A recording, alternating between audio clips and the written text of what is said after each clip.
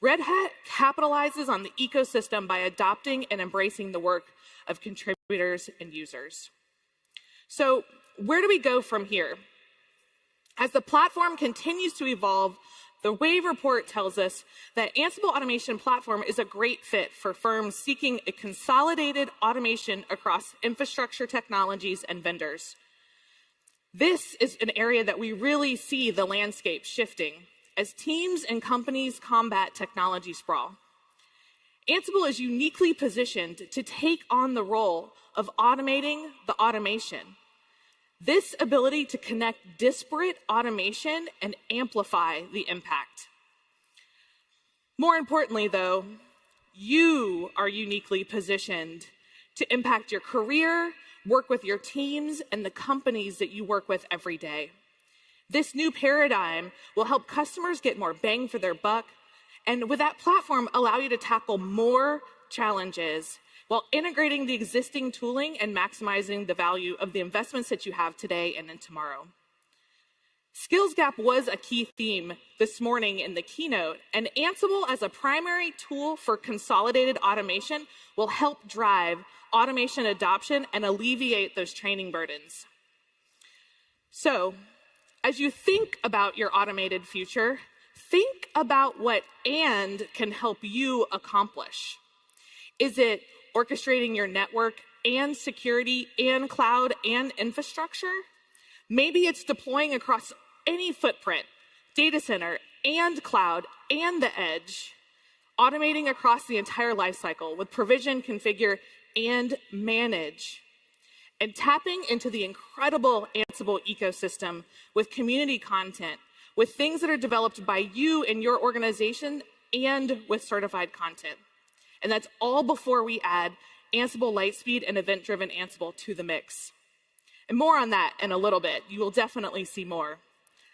Like I said, the future of automation is bright with Ansible, but no matter the direction you choose, we want our customers to expect more from their automation solutions. We want our customers to be able to automate more and get more done.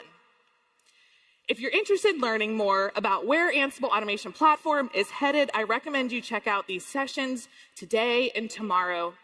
Now, I'm thrilled to hand things over to my friend and colleague and the new Ansible Director of Community Strategy, Walter Bentley. Thank you.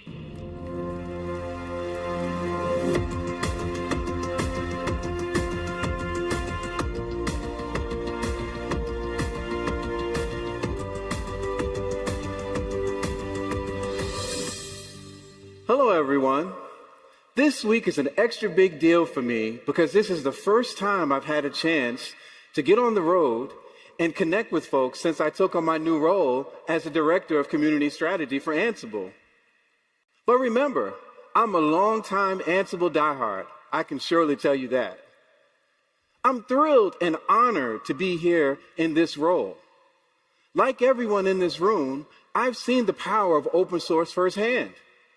As a consultant, I help countless customers put open source principles into practice on their own teams. We've all been part of the wave over the past decade where open source has become an indelible part of the fabric of IT industry. Open source has won. There's no doubt about that. But new issues have emerged. The lines between project communities and products have become increasingly blurry. Secure supply chains are the utmost importance to businesses. And the rapid adoption of generative AI is raising valid questions about code attribution. Open source has always been about innovation. It's always been about the best ideas winning, about change. And as we find ourselves in the automation moment, the Ansible community needs to be ready for change as well. Because quite frankly, the old definitions of open source don't really apply to the Ansible project anymore.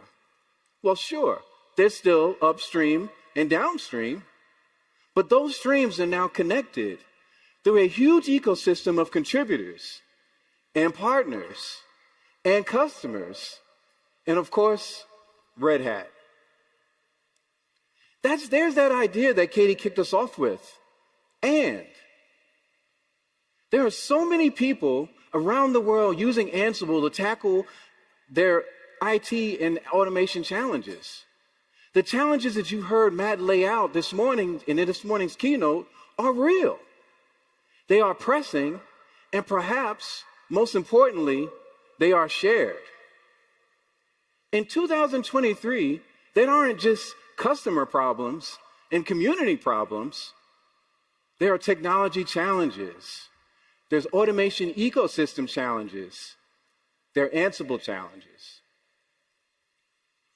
We aren't exactly sure what comes next in terms of this new definition, but I keep coming back to a phrase that I've had jotted down on my whiteboard for quite a few months now. And that phrase is automate as one. So let me tell you why I can't get that phrase out of my head and off my whiteboard, and how it's going to shape our approach to the Ansible community moving forward. Red Hat Ansible customers know the value that they are getting by tapping into open source innovation. Quick example of how that innovation can work. So I know you all heard about the GA of event-driven Ansible announced this morning. Well, if you remember that announcement, we announced that back in Ansible Fest in 2022 in October, the developer preview of it. Well, one thing, within a week, a community member had contributed a brand new plugin. See, that's what it's all about. Big shout out to Thomas over in Sweden. Thank you sincerely for being a contributor. We've also had a lot of Ansible automation subscribers who still download Ansible Core nightly releases. Well, these are our power users who want the latest and greatest, and they also are an incredibly important part of our community ecosystem. Whether they realize it or not, they are helping push the entire Ansible project forward. This behavior doesn't happen at scale in a lot of places, but we are a very active community with tons of updates and releases. And as I mentioned before, there is a lot of cross-cutting between product and our upstream. We want everyone to be more cognizant of the value that customers and partners provide to community users. Not only are customers and partner users putting Ansible to work in mission-critical environments every single day, they are also busy training up their people. They're creating documentation and innovating. It's pretty clear that the Ansible tent is going to keep growing. And it's my team's responsibility to make sure that each of the constituent groups in this amazing community feel valued, welcomed, and heard. One specific challenge that in that regard that we're going to push is to have customers be a major part or be a part of the Ansible Steering Committee. Our entire ecosystem benefits from each other in so many important ways. And the leadership of the Ansible project is going to reflect that. I'm also excited to announce a new resource that we'll be introducing later this year. It's going to be an Ansible community site that will serve as a true hub for the new definition of community. We plan to create a place where perspectives from upstream and downstream are able to meet together. We will also be a place for contributors to learn from customers, and of course, vice versa. It's a place that we hope will all spark innovation and foster new connections and help shape the direction of Ansible's second decade. You're all part of the community, every single last one of you here, so welcome. Let's see what happens when we automate as one. Please come see us at the Ansible community booth and check out the sessions that you see on the screens here behind me. And be sure to say hey to me at the Ansible Fest party tonight. But now, it's time to explore automation and the AI revolution. Thank you so much. Please welcome Red Hat Director of Product. Please welcome Red Hat Principal Technical Marketing Manager Craig Brandt with IBM Research Chief Scientist and IBM Fellow Dr. Rashir Puri.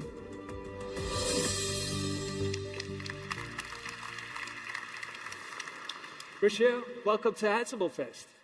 It was October since we last spoke, and it feels like the whole generative AI landscape has changed. How has your thoughts of Project Wisdom and the relationship between Red Hat and IBM Research evolved since then? Has your perspective changed at all? So first of all, I think it's wonderful to be back. Thank you for inviting me here. And I think it wasn't sort of a coincidence that roughly around 3 years back, we really reimagined what the future of software will look like, because we really sort of foresaw that AI, the two forces of AI and software will intersect with each other, which was the start of Project Wisdom together with Red Hat and IBM Research. And since then, I think it's well known that 15-character URL, which was sort of put out as single tweet, has changed the world.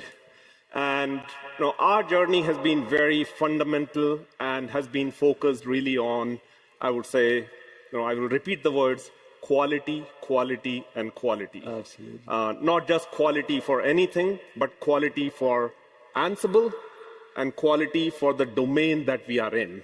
Absolutely. And the second one really will be, I would say, sort of really going out and making sure from the point of view of deployment efficiency and from the point of view of making sure there's trust in AI. Those are the main important things we've been focused on, and making sure we bring the power of generative AI to your IDE near you, in particular VS Code. So that's what we've been focused on, very practical, and that has resulted in the announcements at IBM Think with IBM Watson Code Assistant, and resulting in the announcements in the morning today on Ansible Lightspeed. Trust is such an important point. And Richard, next question for you. What is something that companies aren't thinking about but should be when it comes to generative AI? As I mentioned, in particular, companies have started to look into this, but I think they really are uncertain how to think about it. And I just mentioned in my previous answer, companies should be really thinking about trust. Generative AI is a very powerful force percolating across every aspect of our society. But the trust of generative AI is fundamental to its success. What do I mean by trust? Capabilities, what were demonstrated today by Katie and team in the morning, in particular, content source matching, also known as, in verb, I will say attribution. It's important in the developer community that if a generative AI model or a large language model is taking an answer from a developer, it's responsible and ethical thing to do to acknowledge it. We all want to be acknowledged. But I call it, in enterprises, software development is not an individual sport, it's a team sport. And the trust of the generated content really plays into that team sport from the point of view that if a model is recommending me something, and if it tells me that content actually came from Craig, and while I'm sort of looking at that content, I may like to call Craig and say, hey, Craig, I'm really looking at that content.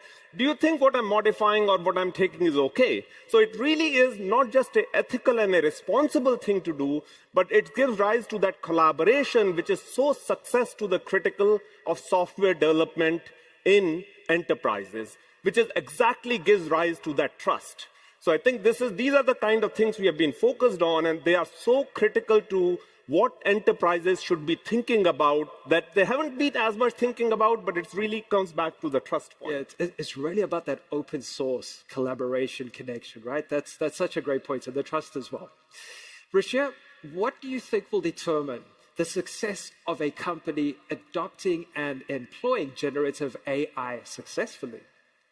I think the success always comes down to, a lot of you have seen the narrative around generative AI, writing your kids' essays, poetry, paintings, but it's, in the day job that all of us are in, we are responsible for information technology and the development of information technology. And it's going to come down to really bread and butter of what makes us successful as developers. So I'll give you a quick example. IBM company is roughly a company of around 220,000 people. We've got more than a few developers in our CIO team, as you might imagine, roughly around 12,000. And as we were developing IBM Watson Code Assistant and Ansible Lightspeed, our CIO team is a large user of Ansible, and like all other enterprises, they're struggling with the skills gap. They're trying to onboard a lot of developers, but they're struggling with that skills gap.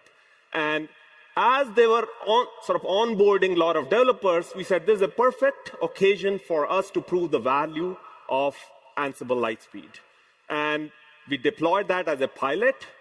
And from a metrics point of view, we were able to achieve 60% of the code that was being written by the onboarding team, which were kind of beginners in Ansible, all automatically. Again, I'll re-emphasize, 60% of the code that was generated by this beginners team, which was being onboarded, was developed automatically by Ansible Lightspeed. Those are the kind of success measures and proof metrics that the enterprises should be looking for. It's not about the narrative. Finally, it's really about things that make you productive and how you measure productivity. Such a good point. And it's really about breaking down that barrier to entry to really get the most use out of Ansible. Ruchir, I know you share the passion for this subject. What are you most excited about, both in terms of your team's developments and for what's coming next year? What I'm most excited about, I would really say, will be, first of all, just the power of generative AI, broadly speaking. But again, I'm going to narrow it down to the scope that we are in, really as a developer community and as Ansible developers and on Red Hat platforms. I'm looking forward to rolling out not just the use case that you are seeing right now, which is on code generation or content generation. Right now, the task it can do is more at a task level, actually. I'm looking forward to generating roles, playbooks that are really responsible for roles, and broader functions beyond that. That's the first one of content generation. Second one I'm incredibly excited about, and this we have heard from many clients, many of you in the audience, is really around content discovery. There are hundreds and thousands of developers within the enterprises and lots of playbooks being developed, thousands of them. So really help me able to discover and manage this content. The third one I'm really excited about is content explanation. Can you explain to me what does this content do? And the fourth one I'm really excited about is content optimization. And I'm looking forward to rolling those massive set of capabilities to a desktop near you, to an ID near you, and it's going to be an incredibly exciting journey. Rishabh, thank you so much for that insight. Thank you, Craig. All right, thank you very much. This partnership is so exciting, and it's really just getting started. Let's turn our attention now how generative AI is going to impact the Ansible experience. Join me in welcoming Matthew Jones, Distinguished Engineer and Chief Architect for Ansible, to the stage.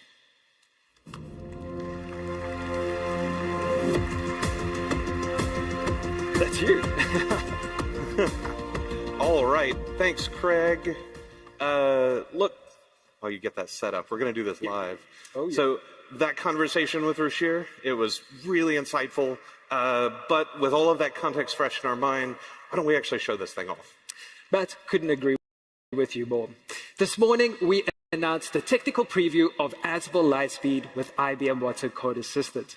And we provided a 10,000-foot view of its features and its potential. How about we take this to the next level and apply Ansible Lightspeed to a real-world use case, hybrid cloud? I think it's a good idea. I think we should. For the folks that did join us this morning, some of this might look familiar, but we're just going to go over the basics again for the folks who are joining us for the first time. Okay, so let's imagine we're exploring AI, right? And I want to train our model with data housed in Azure Data Store using GPU-optimized instances in AWS. A real hybrid cloud use So good, case. so Oh, yeah. As the network operations person now, I've been tasked to connect these two clouds together. And to do so, I've got to perform certain things. In Azure, I need to provision an instance and configure the VPN client software. And in AWS, I need to configure a VPN gateway connection. All right. Into the clouds. Let's get started. Absolutely. So creating quality Ansible code requires an integrated experience. I think we all know the joys of context switching and copying and pasting from websites and Googling for hours. Never mind cats on keyboards. Cats on keyboard. Yeah. To that extent, we've natively integrated all the AI goodness that Ansible Lightspeed offers into the Visual Studio Code extension, and I have that open right now. Yep. Yeah. Okay, so I've started a couple of playbooks to complete and accomplish the tasks that I outlined previously. We're going to ask Ansible Lightspeed to help us out here. Just like this. Absolutely. So asking Ansible Lightspeed for a suggestion is as easy as pressing enter and it takes my natural language, my easy to understand